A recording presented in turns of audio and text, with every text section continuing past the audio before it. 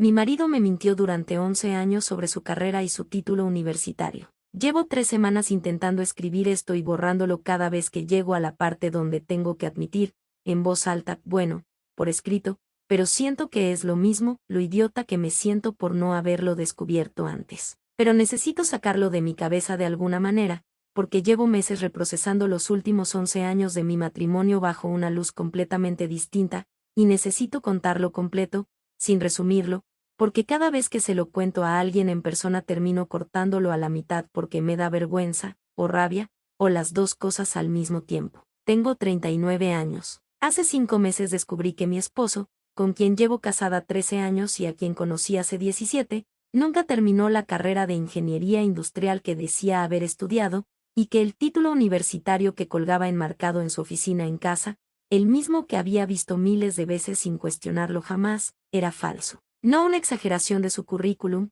no una carrera, casi terminada, que decidió inflar un poco. Falso, comprado, fabricado con el nombre de una universidad real donde, según pude confirmar después con la propia institución, él nunca estuvo matriculado más allá de 2 semestres, hace más de 20 años. Conocí a Rodrigo, tampoco es su nombre real, obviamente, en 2007, en una fiesta de cumpleaños de una amiga en común de la universidad. Yo tenía 22 años, recién graduada de comunicación social, llena de esa energía que solo tienes cuando el mundo todavía te parece completamente abierto. Él tenía 24, y se presentó, con una seguridad tranquila que en ese momento me pareció simplemente carisma natural, como ingeniero industrial recién graduado, trabajando en una empresa de manufactura mientras buscaba algo más alineado con sus ambiciones reales. Hablamos toda la noche. Me contó sobre su tesis de grado, algo relacionado con optimización de procesos en líneas de producción, con un nivel de detalle técnico que a mí,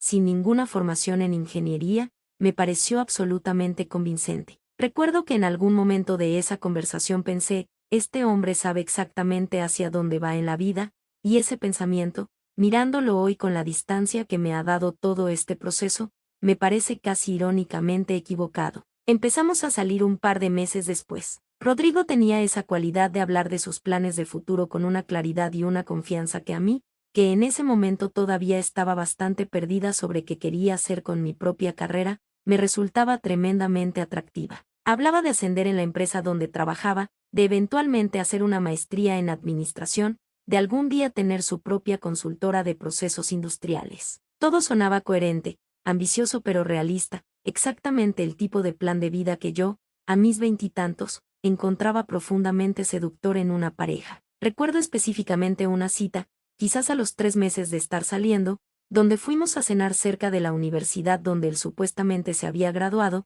y Rodrigo me señaló, con una nostalgia aparentemente genuina, el edificio donde decía haber cursado la mayoría de sus materias de especialización, contándome anécdotas específicas sobre profesores exigentes, sobre noches enteras estudiando para exámenes de cálculo avanzado, sobre la satisfacción de haber presentado su proyecto de tesis frente a un jurado particularmente crítico. En ese momento, esas historias, contadas con tanto detalle aparente, no me generaron ninguna duda. Al contrario, reforzaron la imagen que ya me estaba formando de un hombre trabajador, disciplinado, que había construido su carrera profesional a base de esfuerzo genuino. Nos casamos en 2011, después de 4 años de noviazgo. Para ese momento, Rodrigo ya trabajaba como supervisor de planta en una empresa mediana de manufactura de autopartes, un puesto que, según él, había conseguido gracias a su título de ingeniero y a la experiencia que había acumulado desde su graduación. Yo nunca pedí ver su diploma en ese momento, porque lo haría,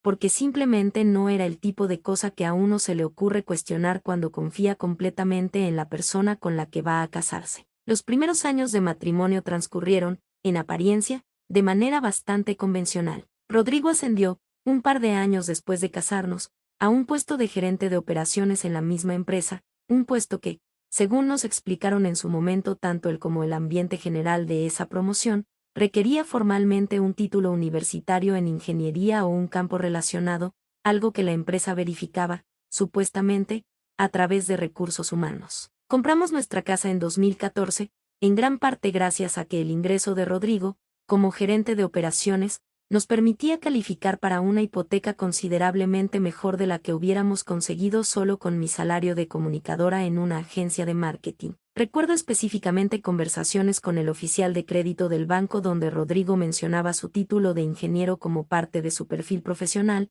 información que, ahora lo sé, formaba parte de la documentación que presentó para calificar para condiciones más favorables de financiamiento. En 2016 tuvimos a nuestro primer hijo, Mateo. En 2019 llegó nuestra hija, Camila. Durante esos años, la carrera de Rodrigo siguió, en apariencia, un ascenso sólido y coherente. De gerente de operaciones pasó a director de planta en 2018, y en 2021 fue contratado por una empresa más grande del mismo sector, con un salario significativamente mayor, para un puesto de director regional de manufactura que, según entendí en su momento, requería no solo el título de ingeniero, sino también cierta experiencia certificada en gestión de calidad industrial, certificaciones que Rodrigo mencionaba tener, aunque, para ser honesta, yo nunca vi los certificados físicos ni tampoco se me ocurrió pedirlos. Durante todos esos años, construimos una vida que, desde afuera, parecía sólida y bien encaminada.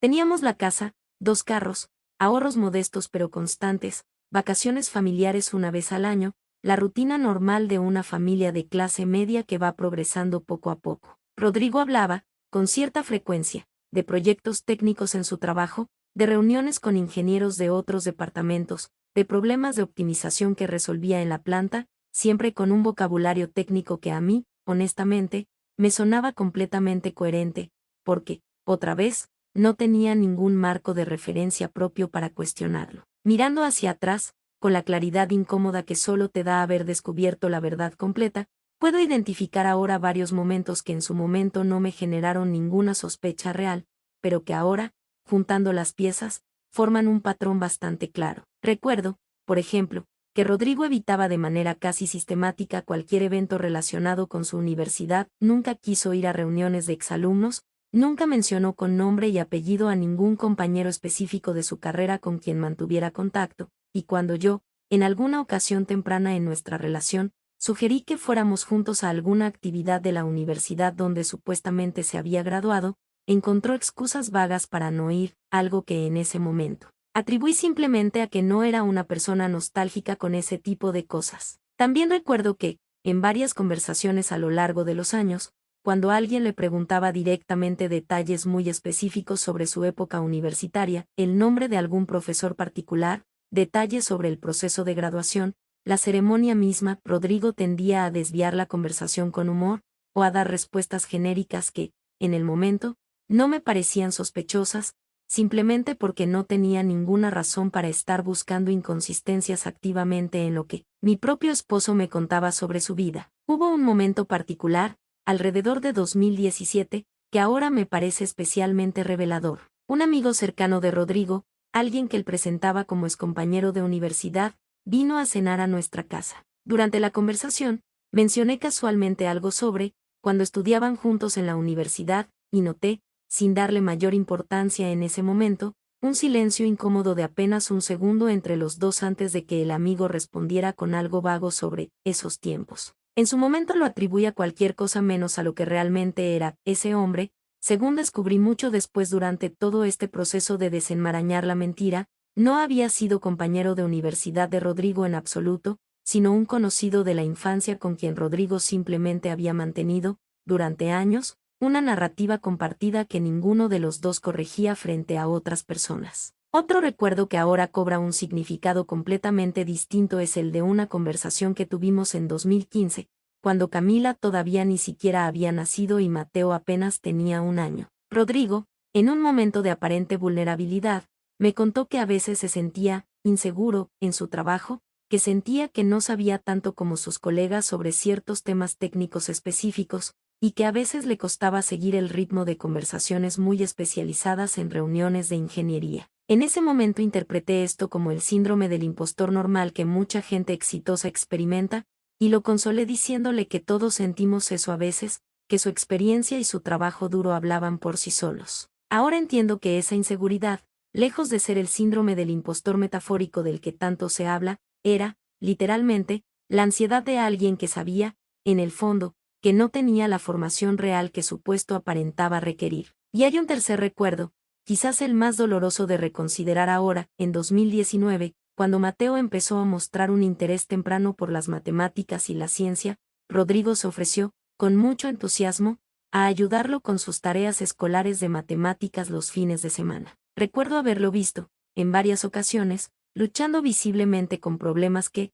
para un niño de primaria, deberían haber sido triviales para alguien con una formación en ingeniería. En su momento pensé que simplemente estaba oxidado, después de tantos años sin practicar matemáticas de manera activa en su trabajo gerencial. Ahora sé que probablemente nunca tuvo la base sólida que yo asumía que tenía. El descubrimiento no llegó de una manera dramática o repentina, como en las películas. Llegó, de manera casi anticlimática, a través de un proceso de verificación de antecedentes que la nueva empresa donde Rodrigo estaba siendo considerado para un ascenso a vicepresidente regional decidió realizar de manera más exhaustiva que en contrataciones anteriores, debido a nuevas políticas corporativas implementadas después de un escándalo de fraude en otra división de la compañía. Rodrigo llegó a casa un martes de octubre con una expresión que, en ese momento, interpreté como estrés laboral normal. Me dijo que había un problema administrativo con su proceso de ascenso, algo relacionado con un error en el sistema de verificación de la universidad que estaban tratando de resolver. Le pregunté los detalles, con genuina preocupación, pensando que se trataba de algún error burocrático sin mayor trascendencia, del tipo que a veces ocurre cuando las universidades cambian de sistemas de registro y pierden documentación antigua. Durante casi 2 semanas, Rodrigo mantuvo esta narrativa, cada vez con más nerviosismo, cada vez con explicaciones ligeramente distintas que, en retrospectiva, no cuadraban del todo entre sí, aunque en ese momento yo seguía sin sospechar la magnitud real de lo que estaba pasando. Recuerdo que sugerí, con toda inocencia, que llamáramos juntos a la universidad para resolver el malentendido, ofreciéndome incluso a ayudar con las llamadas porque sabía que él odiaba los trámites burocráticos. Rodrigo rechazó mi oferta de ayuda de una manera que, ahora sí, reconozco como claramente evasiva, diciendo que él se encargaría solo porque no quería que yo perdiera tiempo con eso. El momento exacto del descubrimiento llegó un sábado por la mañana. Rodrigo había salido temprano a correr, algo que hacía casi todos los sábados, y yo estaba organizando su oficina en casa, algo que hacía ocasionalmente porque él tendía a acumular papeles de manera bastante desordenada. Al mover unos documentos de un cajón que raramente se abría, encontré un sobre con el membrete de una empresa que investigué después y que resultó ser un servicio, con sede en el extranjero, especializado en la fabricación de diplomas y certificados académicos falsos, con un nivel de sofisticación que incluía, según entendí posteriormente, réplicas casi perfectas de sellos oficiales y firmas de autoridades universitarias. Dentro del sobre había correspondencia, correos impresos, y lo que parecía ser un recibo de pago fechado en 2009, 2 años después de que supuestamente se había graduado, por un monto que en ese momento me pareció desproporcionadamente alto para cualquier trámite administrativo legítimo. Me quedé sentada en el piso de esa oficina, con esos papeles en la mano, sintiendo que el suelo literalmente se movía bajo de mí, tratando de encontrar alguna explicación que no fuera la evidente, la que se estaba formando, pieza por pieza, frente a mis propios ojos. Cuando Rodrigo volvió de correr, todavía sudado, con los audífonos puestos y una sonrisa relajada que se le borró del rostro en el instante exacto en que me vio sentada en el piso de su oficina rodeada de esos papeles, supe, antes de que dijera una sola palabra, que lo que estaba a punto de escuchar iba a cambiar completamente la manera en que entendía nuestra vida entera juntos. No voy a reproducir cada palabra de esa conversación, porque duró horas, se extendió durante toda esa tarde y buena parte de la noche, con pausas donde ambos necesitábamos simplemente sentarnos en silencio porque ya no había más gritos que dar ni más lágrimas que derramar en ese momento específico. Pero el resumen, la verdad completa que fue saliendo poco a poco, entre confesiones parciales y momentos donde claramente todavía intentaba minimizar la magnitud de lo que había hecho, fue esta. Rodrigo había empezado la carrera de ingeniería industrial en 2003, efectivamente, en la universidad que siempre había mencionado. Pero abandonó los estudios después de 2 semestres, no por decisión propia inicialmente, sino porque reprobó varias materias fundamentales y perdió, según las políticas de la universidad, su cupo en el programa. Durante los siguientes años, en lugar de contarle esto a su familia, que había invertido considerablemente en su educación y tenía expectativas altas sobre su futuro profesional, y en lugar de buscar alternativas legítimas como retomar sus estudios en otra institución o en otro programa, Rodrigo simplemente empezó a fingir que continuaba estudiando, mintiendo a sus propios padres durante los años que, supuestamente, todavía cursaba la carrera. Cuando llegó el momento en que, según el cronograma que él mismo había inventado, debía graduarse, la mentira ya se había vuelto demasiado grande y demasiado enredada como para simplemente confesarla. Fue entonces, según me contó esa noche con una vergüenza que en ese momento no supe si era genuina o simplemente estratégica, cuando descubrió, a través de un conocido, el servicio de diplomas falsificados que terminó usando no solo para presentárselo a su familia como prueba de su graduación, sino, con el paso de los años, para conseguir cada uno de los trabajos que ocupó durante toda nuestra relación juntos. Recuerdo haberle preguntado, en algún punto de esa larga conversación, si había considerado, en algún momento durante estos 11 años de matrimonio, simplemente decírmelo, confiar en mí lo suficiente como para admitir la verdad y enfrentar juntos las consecuencias, cualesquiera que fueran. Se quedó en silencio durante lo que sintieron como varios minutos completos antes de responder, con la voz quebrada, que si lo había pensado, muchas veces, especialmente después de que nacieran nuestros hijos, pero que cada año que pasaba la mentira se sentía más imposible de deshacer, más devastadora en sus consecuencias potenciales, hasta que simplemente dejó de considerarlo como una opción real y se resignó a simplemente sostenerla indefinidamente, esperando, supongo, que nunca llegara el momento en que fuera descubierta. Esa respuesta, aunque en cierto modo comprensible desde una perspectiva puramente humana sobre el miedo y la vergüenza, no me trajo ningún consuelo real. Al contrario, me hizo entender con mayor claridad que había pasado 11 años construyendo mi vida junto a alguien que, sistemáticamente, año tras año, decisión tras decisión, eligió protegerse a sí mismo de una confrontación incómoda en lugar de confiar en mí, en nuestra relación, en la posibilidad de que juntos pudiéramos haber encontrado una manera de enfrentar la verdad, por dolorosa que hubiera sido en su momento. Lo que más me costó procesar, más incluso que la mentira específica sobre el título universitario, fue entender la magnitud completa de todo lo que se había construido sobre esa base falsa. Cada ascenso, cada aumento de salario, cada decisión financiera importante que habíamos tomado como pareja, la compra de la casa, la elección de escuelas para nuestros hijos basándonos en un presupuesto que dependía de sus ingresos, de ingeniero, incluso conversaciones sobre el futuro académico de Mateo y Camila donde Rodrigo, con total naturalidad, hablaba de la importancia de una buena educación universitaria, algo que en retrospectiva me parece casi cruel considerando lo que él mismo había hecho. Todo eso estaba sostenido por una mentira que había empezado incluso antes de que yo lo conociera. Le pregunté, esa misma noche, cómo había logrado sostener puestos técnicos de gerencia y dirección durante tantos años sin tener realmente la formación académica que esos puestos supuestamente requerían. Su explicación, que en su momento me pareció casi tan perturbadora como la mentira original, fue que había aprendido, en la práctica, absorbiendo conocimiento técnico de colegas, leyendo manuales, apoyándose fuertemente en subordinados con formación real cuando enfrentaba problemas técnicos específicos que superaban su conocimiento real, y compensando las lagunas de conocimiento formal con una habilidad natural para la gestión de personas y una capacidad de hablar con confianza sobre temas que, en el fondo, no dominaba completamente. Esto me hizo reconsiderar, con una sensación de vértigo retrospectivo, incontables conversaciones a lo largo de los años donde Rodrigo hablaba con aparente autoridad sobre decisiones técnicas en su trabajo, decisiones que, ahora entendía,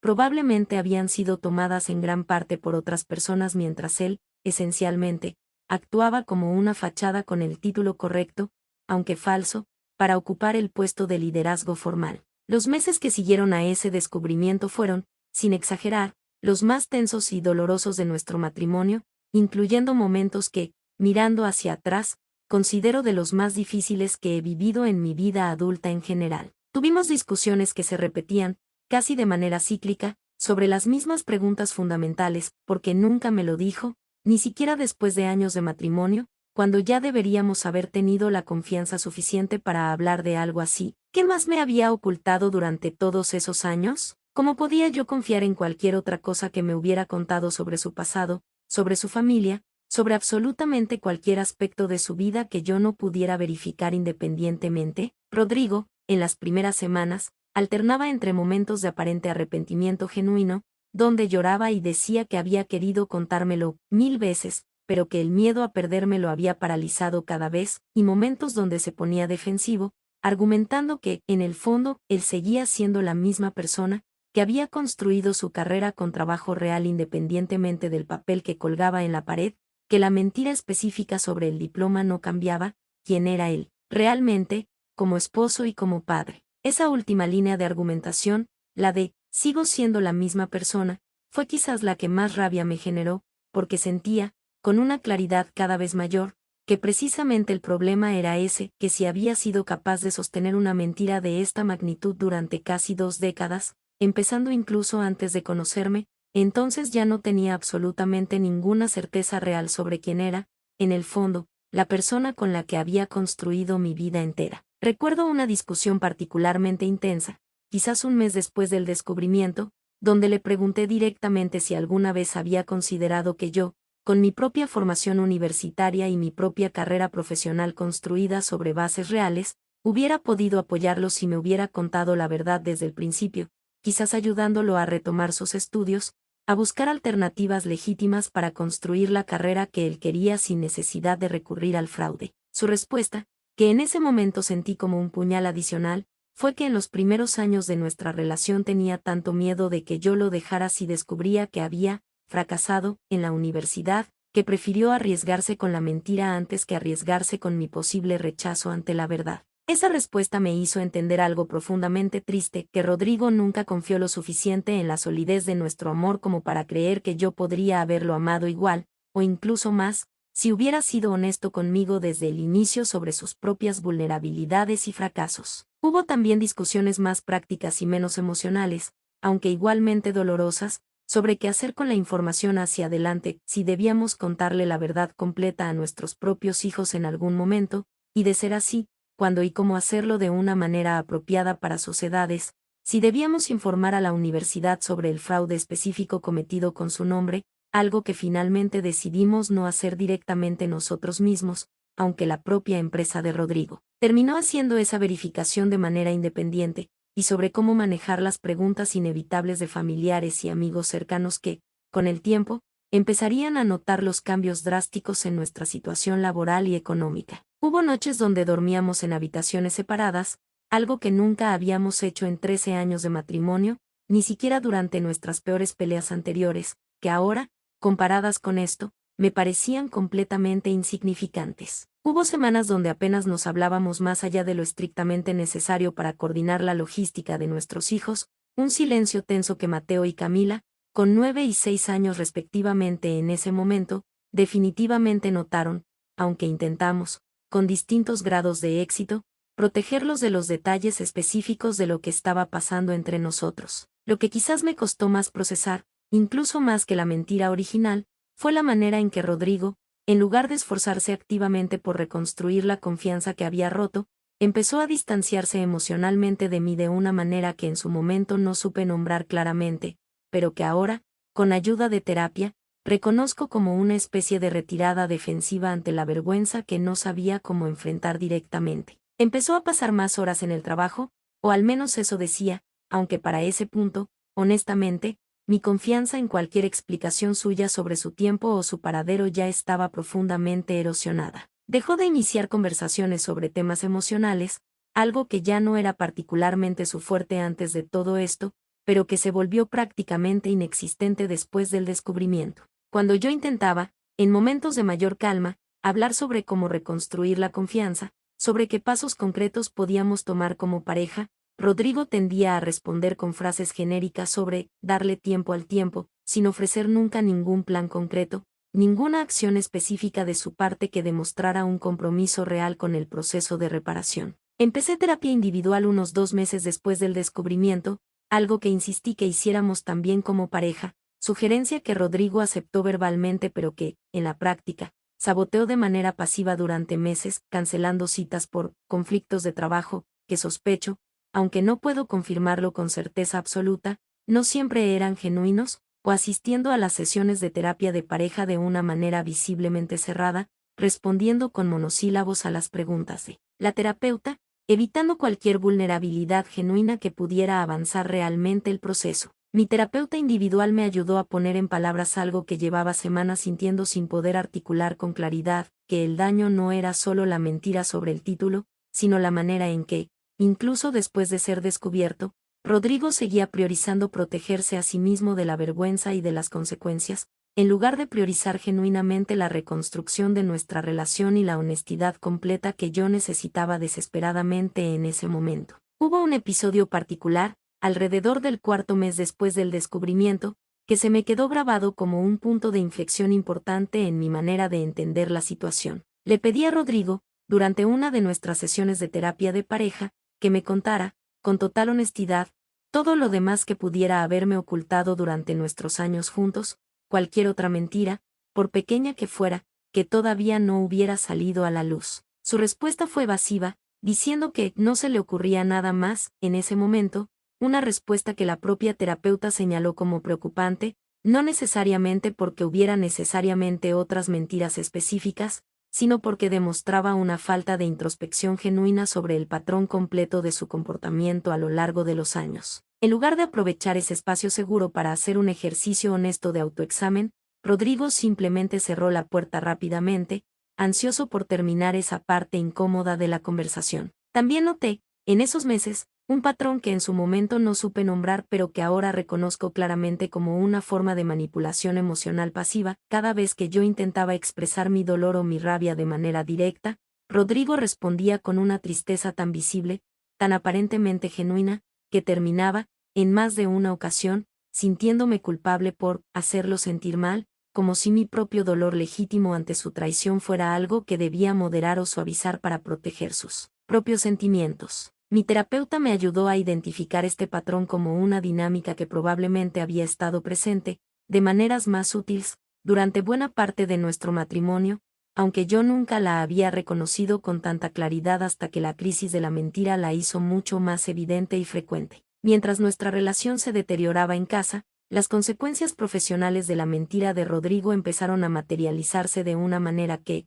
honestamente, se sintió casi como un segundo terremoto encima del primero. La empresa donde trabajaba, al confirmar a través de su propio proceso de verificación que el título universitario presentado años atrás durante su contratación era fraudulento, no solo canceló el proceso de ascenso a vicepresidente regional que había motivado la revisión más exhaustiva en primer lugar, sino que inició un proceso interno que terminó, aproximadamente 3 semanas después de mi propio descubrimiento en casa, en su despido inmediato por falsificación de credenciales profesionales. Una causal que, según entendí a través de la abogada laboral que consultamos después, generalmente elimina cualquier derecho a indemnización que normalmente correspondería en un despido sin causa justificada. Esto significó que, además de estar procesando emocionalmente la traición de la mentira, tuvimos que enfrentar de manera simultánea una crisis financiera considerable. Perdimos, de un momento a otro, la fuente principal de ingresos de nuestra familia, un ingreso que, como mencioné antes, había sido la base de decisiones financieras importantes como la hipoteca de nuestra casa, calculada originalmente en función de un salario que ahora, sin ese trabajo, se volvía extremadamente difícil de sostener. Peor aún, la noticia del despido por fraude en credenciales, en una industria relativamente pequeña y con redes profesionales bastante interconectadas, se esparció con una rapidez que dificultó enormemente que Rodrigo encontrara un nuevo empleo comparable. Las empresas del sector, cuando realizaban sus propias verificaciones de antecedentes, encontraban fácilmente referencias al escándalo, y varias oportunidades laborales que en un principio parecían prometedoras se cerraron abruptamente después de esas verificaciones, dejándonos en una situación económica cada vez más precaria mientras nuestra relación personal seguía deteriorándose en paralelo. Recuerdo una noche particularmente difícil, unas semanas después del despido, donde Rodrigo llegó a casa después de una entrevista laboral que parecía haber ido extremadamente bien, solo para recibir, al día siguiente, un correo genérico de rechazo sin ninguna explicación adicional. Esa misma tarde, a través de un contacto en común que trabajaba en recursos humanos de esa empresa, me enteré, de manera indirecta, que la razón real del rechazo había sido, efectivamente, la verificación de antecedentes que había revelado el escándalo de su empleo anterior. Ver a Rodrigo, un hombre que durante toda nuestra relación había proyectado una confianza profesional casi inquebrantable, derrumbarse en la cocina esa noche, admitiendo por primera vez con total claridad el peso real de las consecuencias que había desatado sobre sí mismo y sobre toda nuestra familia, fue una de las escenas más difíciles que presencié durante todo ese periodo, incluso considerando todo lo demás que ya habíamos atravesado juntos hasta ese punto. Durante casi 6 meses después del descubrimiento, viví en una especie de limbo constante, tratando de decidir si quedarme en el matrimonio o iniciar un proceso de separación. Por un lado, estaban los 13 años construidos juntos, nuestros 2 hijos, la vida entera que habíamos armado, y una parte de mí, la que todavía recordaba con cariño genuino al Rodrigo que conocí a los 22 años, que quería creer que era posible reconstruir algo genuino después de esto, si él realmente se comprometía con el proceso. Por otro lado, estaba la realidad cada vez más evidente de que Rodrigo, más allá de las palabras de arrepentimiento que repetía en los momentos de mayor tensión, no parecía estar haciendo el trabajo interno necesario para realmente cambiar el patrón que lo había llevado a sostener esta mentira durante casi 2 décadas. Seguía, en distintos momentos, minimizando la magnitud del engaño, comparándolo con mentiras más pequeñas, que, según él, otras personas sostenían constantemente sin que sus matrimonios se desmoronaran por eso, un argumento que a mí me parecía, cada vez que lo escuchaba, una evidencia adicional de que todavía no comprendía realmente la profundidad del daño que había causado.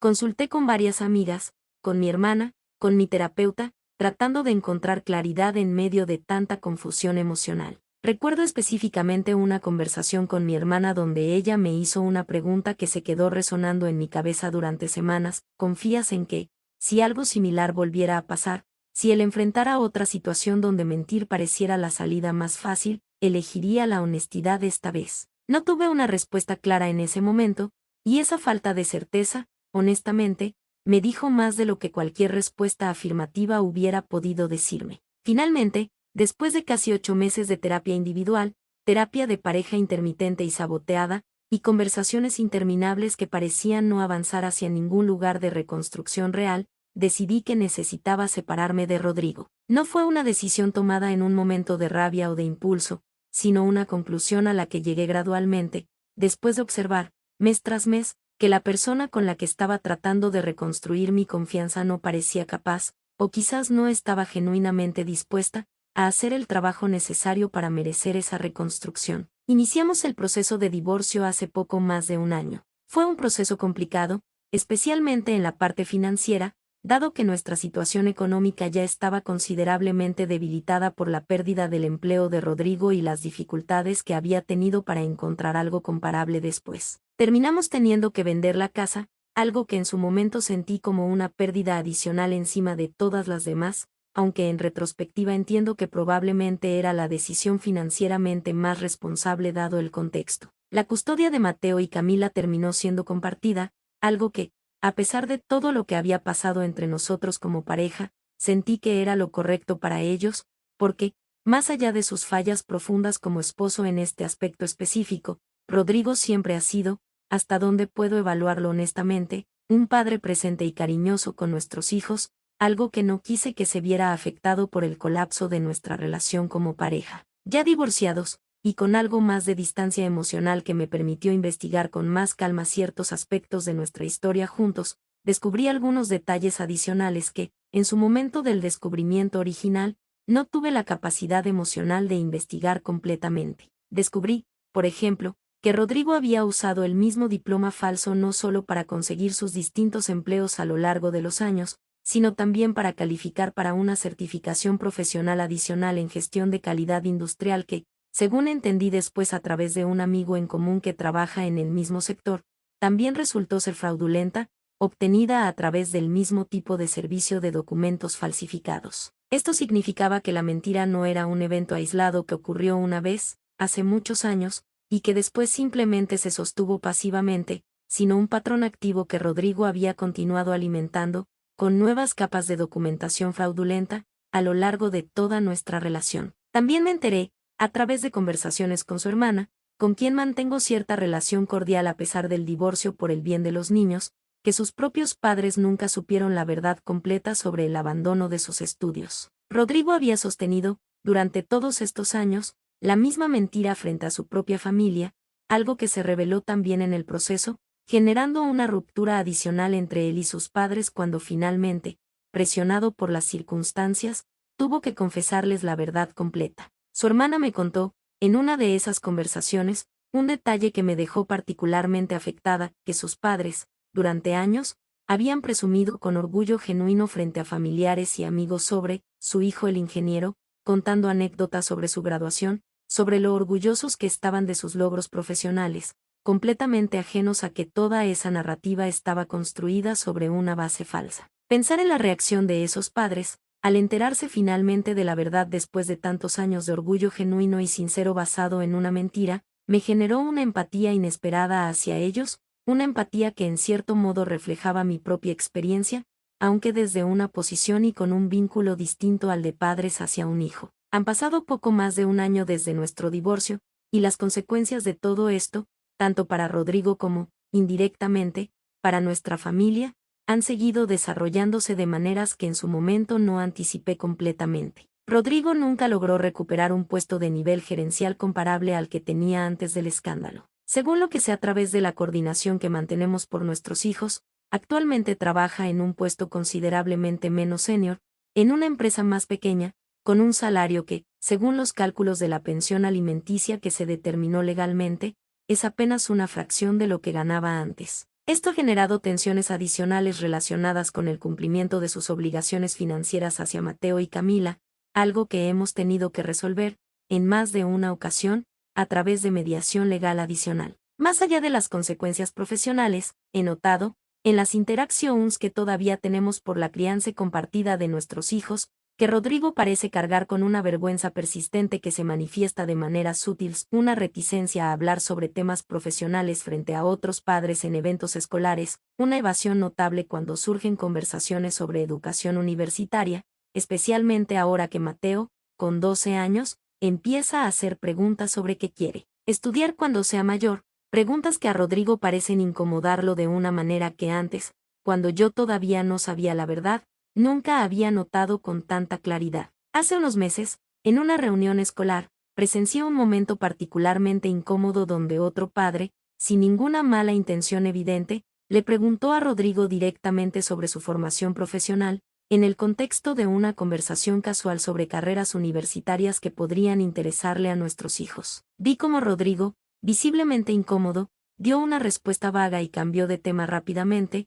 un patrón de evasión que ahora reconozco con total claridad, pero que también me generó, inesperadamente, una punzada de compasión. Te entendí, en ese momento, que él va a cargar con esta vergüenza específica, de una manera u otra, por el resto de su vida profesional, algo que, más allá de toda la rabia que todavía siento hacia él, no puedo evitar reconocer como una consecuencia genuinamente dolorosa de sus propias decisiones. En cuanto a mí, he tenido que reconstruir mi propia estabilidad financiera prácticamente desde cero, algo que, dada mi propia carrera profesional que había quedado parcialmente relegada durante los años en que dependíamos principalmente del ingreso de Rodrigo, ha sido un proceso lento pero, con el tiempo, cada vez más sólido. Retomé mi carrera en comunicación con más intensidad, conseguí un ascenso hace unos meses que, honestamente, me llenó de un orgullo particular precisamente porque sabía que era completamente mío, construido sobre credenciales reales y trabajo genuino,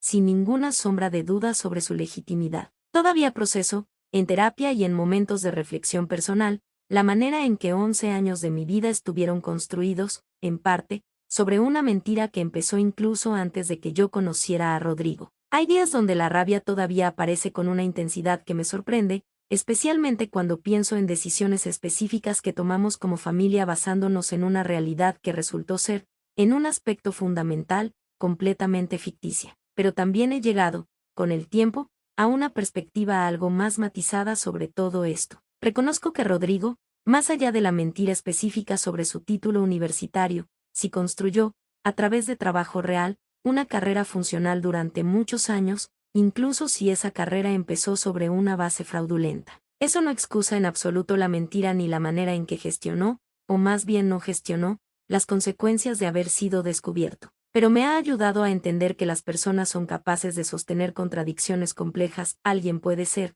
simultáneamente, un padre genuinamente cariñoso y presente, y también una persona capaz de sostener un engaño fundamental durante casi 2 décadas sin encontrar nunca el valor de confesarlo por su propia iniciativa. Pienso también, con cierta frecuencia, en la responsabilidad que yo misma tuve, no en el sentido de culparme por la mentira de Rodrigo, que fue completamente suya y de nadie más, sino en el sentido de reconocer que durante 11 años nunca cuestioné activamente ciertos aspectos de nuestra vida que, en retrospectiva, quizás merecían más escrutinio del que les di. No pedí ver documentos, no verifiqué independientemente ciertas afirmaciones, confié de una manera casi absoluta que, aunque comprensible dentro del contexto normal de un matrimonio basado en el amor y la confianza mutua, también me dejó, en cierto sentido, más vulnerable de lo que hubiera estado si hubiera mantenido, incluso dentro de una relación amorosa, un nivel más saludable de verificación independiente sobre aspectos importantes de nuestra vida compartida. No digo esto para culparme por lo sucedido,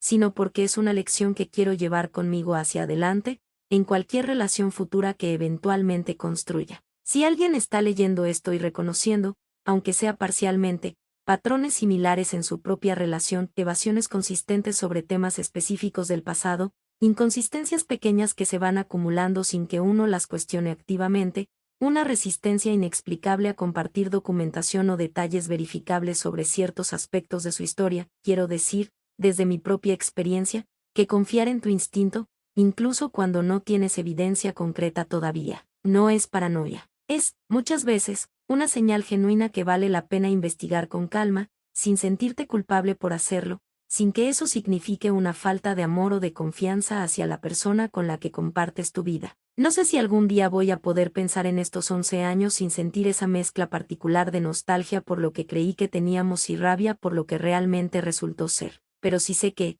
poco a poco, estoy reconstruyendo una vida donde la honestidad, la básica y fundamental honestidad sobre quién es cada persona con la que decido compartir mi tiempo, ya no es algo que doy completamente por sentado sin cuestionarlo nunca. Hay días donde miro a Mateo y a Camila, viéndolos crecer, viendo cómo ambos, cada uno a su manera, van formando sus propias personalidades e intereses, y pienso en cómo quiero, más que nada, que ellos crezcan entendiendo que la honestidad, incluso cuando es incómoda, incluso cuando implica admitir fracasos o limitaciones propias, es siempre preferible a construir una vida entera sobre una mentira que, tarde o temprano, casi inevitablemente, termina derrumbándose y arrastrando con ella a todas las personas que uno más ama. Es una lección que espero poder transmitirles, no a través de sermones directos sobre lo que pasó con su padre, sino a través de la manera en que yo misma, hacia adelante, elijo vivir mi propia vida con transparencia y con el valor de admitir mis propios errores cuando los cometo.